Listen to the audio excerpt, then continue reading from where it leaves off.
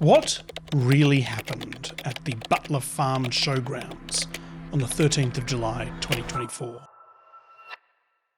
Hello, Butler, and hello to Pennsylvania. I'm thrilled to be back in this beautiful Commonwealth. Just after 6:09 p.m, Donald Trump is speaking about illegal immigration to a crowd of supporters. Millions and millions of people are pouring in from prisons and from mental institutions. We're going to stop it. A group of audience members see a man on the roof of a nearby building holding a rifle about 120 metres away from the former president. Yeah, look, there he is. Because we have millions and millions. Right here, right on the roof. The man is Thomas Matthew Crooks, a 20-year-old nursing home employee who lives about an hour's drive south of the rally venue. Just after 6:11 p.m, more people in the crowd begin to shout. There he is right there. Right there. At 33 seconds past 6:11 p.m, a gunshot cracks. A bullet flies past the former president's head. Trump hears a whizzing sound. It sounded like a giant, like the world's largest mosquito. The bullet itself is captured in motion by a New York Times photographer. Trump touches his ear, then crouches to the ground as Secret Service agents jump on top of him. On a roof behind the rally stage, a Secret Service sniper begins firing at Crooks. Crooks is able to get at least 3 shots off before he's killed by Secret Service sniper fire. We have somebody hit. One of Crooks' shots kills a rally attendee, volunteer firefighter Corey Comprator. 2 others are wounded. A minute after the shooting, Trump gets to his feet. The Secret Service agents surrounding him try to usher him into a nearby limousine, but he asks them to wait. At 6:12 p.m, Associated Press photographer Evan Vucci captures an astonishing image of Trump raising his fist above his head, mouthing the word "fight" as an American flag billows in the background. So that's what we know. There is video, there is audio, there's photos, there's eyewitness reports. But if you look online, you will see hundreds of different interpretations of those events. Conspiracy theories from both sides of politics. There is something a little bit fishy about this situation. This is fishy, okay? This is not an accident. Some think Trump set the whole thing up to help his campaign. That was more staged than a Tyler Perry production of Medea Runs for President. And others think the government deliberately ignored Crooks, allowing him to take his shot. This was allowed to take place because they have wanted Trump out by any means necessary. Millions of people in America and around the world are already of the opinion that not everything about this assassination attempt is as it seems. I'm trying to explain to people, they just tried to kill Trump. What are they going to do next? False flags. You name it. But how did it get like this?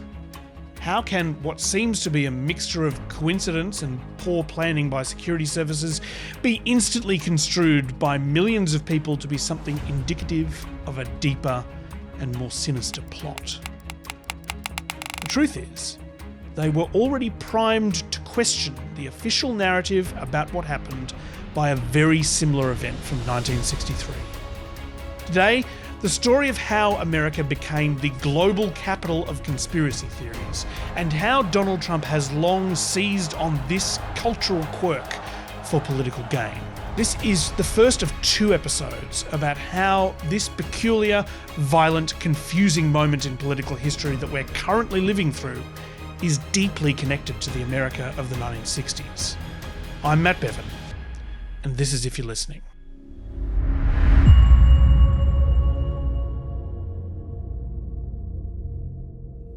Today, there are Hollywood movies and TV series, dozens of documentaries and thousands of books, all alleging that there was something more than the official narrative at play when John F. Kennedy was shot and killed. It's official. As of just a few moments ago, the President of the United States is dead.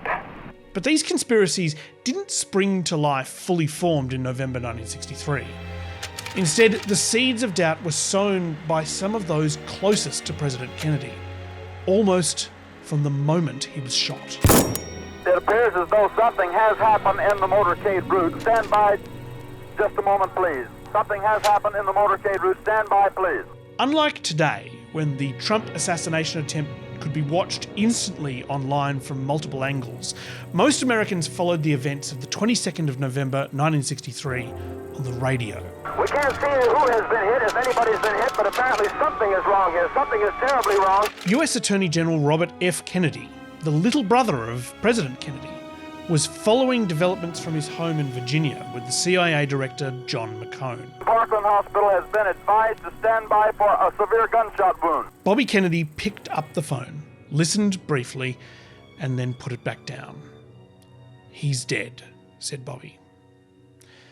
The two men sat for a moment and then went for a walk in the garden. Bobby's son, Robert F. Kennedy Jr., was 10 years old. He told Fox News that he saw the two men talking and heard what they were saying. My father was walking in the yard with John McComb, and my father was posing the same question to him. Was it our people who did this to my brother? So it was my father's first instinct that the agency had killed his brother. This isn't just a story that RFK Jr. tells, by the way. There are multiple sources indicating that Bobby Kennedy asked the CIA director directly, "Did you do this?" Now, why would he ask that? Well, Bobby Kennedy wasn't just like getting the jump on the conspiracy theorists here. He was acutely aware of what the CIA was capable of. He had in fact personally approved many of their operations and been briefed on many others in his role as Attorney General.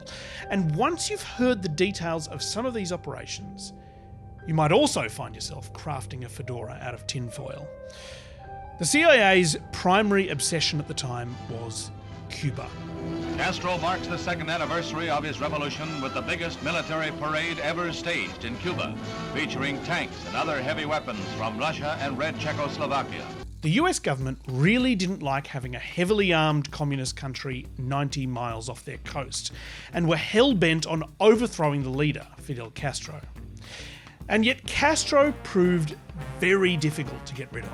According to the Cubans, he survived more than 600 assassination attempts, including an exploding cigar and other bizarre plots. The Americans sent poisonous pills and cigars to anti-communists or to the Mafia or to Castro's lovers with instructions to figure out a way to get them into Castro's mouth.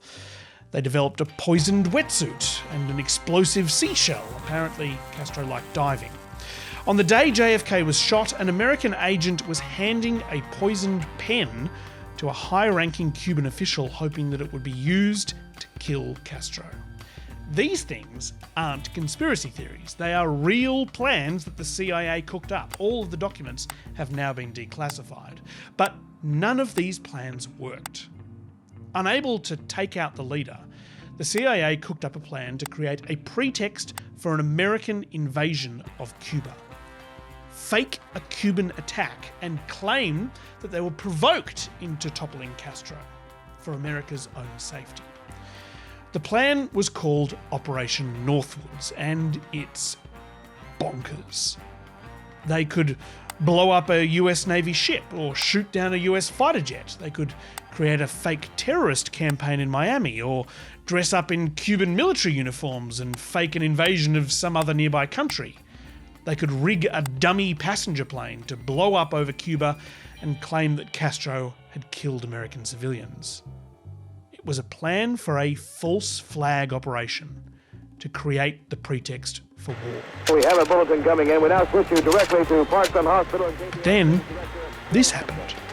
The President of the United States is dead. Could the assassination of President Kennedy be just another harebrained scheme cooked up by the CIA? I asked the father, is Mr. Kennedy dead? And his quote, he's dead all right. John McCone, CIA director, denied his agency had anything to do with it. He was as shocked and confused as anyone else. So who did do it? The Dallas police arrested a suspect, and they were pretty confident that he was the right guy. A reclusive, abusive, depressed, narcissistic ex-Marine Marxist named Lee Harvey Oswald. He was quite suspicious. He had tried and failed to defect to the Soviet Union. He had handed out pamphlets and talked on the radio about his sympathy for Cuba and Castro, and had recently applied for a Cuban visa. The CIA has made monumental mistakes in its relations with Cuba.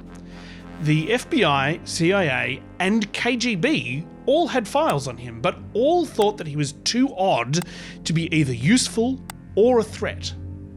Oswald denied any involvement in the assassination of JFK. I don't know what this is all about. I'm just a patsy. But before anyone could really figure out whether that was true, Oswald was shot dead on live TV by a local nightclub owner. This is the basement floor of the Dallas City Hall, and that's a scuffle on the basement floor. It seems the whole thing stank. Something must be up. You're trying to tell me that a lone crazy guy with connections to the Soviet Union and Cuba shot the leader of the free world and then was killed in police custody? Come on. The new president, Lyndon Johnson, knew that he had to get out ahead of the theories springing up about what happened, and commissioned the Chief Justice of the Supreme Court, Earl Warren, to get to the bottom of it. The Chief Justice asked that the work progress as rapidly as possible in the interests of informing the people and anyone throughout the world as to what really happened. While the CIA promised to cooperate fully, they didn't. At all. See, they had filing cabinets full of pretty questionable stuff. Those plans to assassinate Castro with wetsuits and seashells, Operation Northwoods. They really didn't want these to come out. So they gently steered the Warren Commission away from Cuba. But who cares, right? In their eyes, it wasn't relevant. They couldn't find any evidence that indicated that Oswald was innocent or part of a conspiracy, and the Commission was going to find him guilty anyway, so why air all their dirty laundry? They weren't alone, though.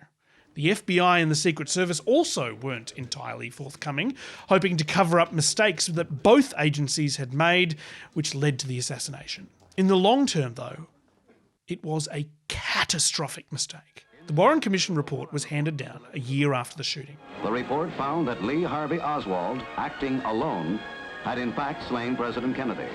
The report became an instant bestseller the world over. The full report, all 26 volumes of it, was 16,000 pages long. After its publication, a poll found that between 45 and 50% of Americans did still think that it was a conspiracy, but that was down from 62% beforehand. Of course, there were folks out there doing their own research into the assassination, but not that many. It was hard work without the internet. Well, I've been at this now for more than 3 years. I've made many trips to Dallas, 9 trips now. But cover-ups, particularly ones that involve large groups of people, never hold together for long. While the US government almost certainly didn't cover up evidence of a conspiracy to assassinate JFK, they did cover up evidence of all sorts of other things. With every year that went by, more and more information that was kept from the Warren Commission became public. And with each revelation, belief that the JFK assassination was part of a conspiracy, potentially a CIA conspiracy, went up. The CIA's actions a decade ago are a stain on our value and on our history. Since then, the CIA has covered up all sorts of things. Drone programs, illegal arms sales, mass surveillance on American citizens, and torture. Detainees being waterboarded, detainees being hung by their arms for more than 2 weeks. One detainee was kept awake for more than a week. When you actually are doing illegal or immoral things and lying about it, who is going to believe you when you say that you didn't fake the moon landing, or a terror attack, or a mass shooting at an elementary school, or whatever this is? I don't like them putting chemicals in the water that turn the friggin' frogs gay! And when you've got a reasonably large proportion of your population with that level of distrust in the government, you've got a problem. In the last 20 years, polls asking people about conspiracy theories have shown an interesting shift. In a poll done in 2003, on the 40th anniversary of JFK's death, 73% of Democrats believed the assassination was a conspiracy, compared with 58% of Republicans. That sort of makes sense. Kennedy was a Democratic president, after all. But by 2023, on the 60th anniversary, After all of the classified files on the JFK assassination had been finally released to the public, it had flipped almost exactly. Now, way more Republicans thought that the government was somehow responsible for JFK's death. That's thanks in large part to one of the most successful conspiracy theorists of all time, Donald Trump. It's really very curious as to what's going on with our president. It started with allegations that Barack Obama wasn't born in America. Why doesn't he show the birth certificate? Then he said that his 2016 Republican primary opponent Ted Cruz's father was connected to the JFK assassination. His father was with Lee Harvey Oswald prior to Oswald's being, shot. I mean, the whole thing is ridiculous. But it's gone so much further than that. He's promoted or invented conspiracy theories about his rivals for president, Hillary Clinton and Joe Biden. He says that climate change is a hoax. It's a hoax. I mean, it's a money-making industry, okay? It's a hoax. He's endorsed conspiracies about Muslims, Latin Americans, and Jews. He said that vaccines cause autism and wind turbines cause cancer. And of course, there's this. We were getting ready to win this election. Frankly, we did win this election. The biggest conspiracy theory of all, that the 2020 election was stolen from him. This is a major fraud in our nation. We will win this, and as far as I'm concerned, we already have won it. That conspiracy has had real-world consequences. Its believers stormed the US Capitol, trying to disrupt the peaceful transfer of power. The master of calling everything fake news has spread more fake news than possibly any other American. Is it any wonder that when Trump himself was shot last weekend, both Republicans and Democrats immediately reached for conspiracy theories to explain what had happened? In many ways, the US government did this to itself. After decades of trying to cover up evidence of unethical government programs, they've created a movement of millions of Americans who only trust Trump, a man who lies constantly. We still don't know what motivated Thomas Matthew Crooks to shoot at Donald Trump. But I'm sure you have a theory.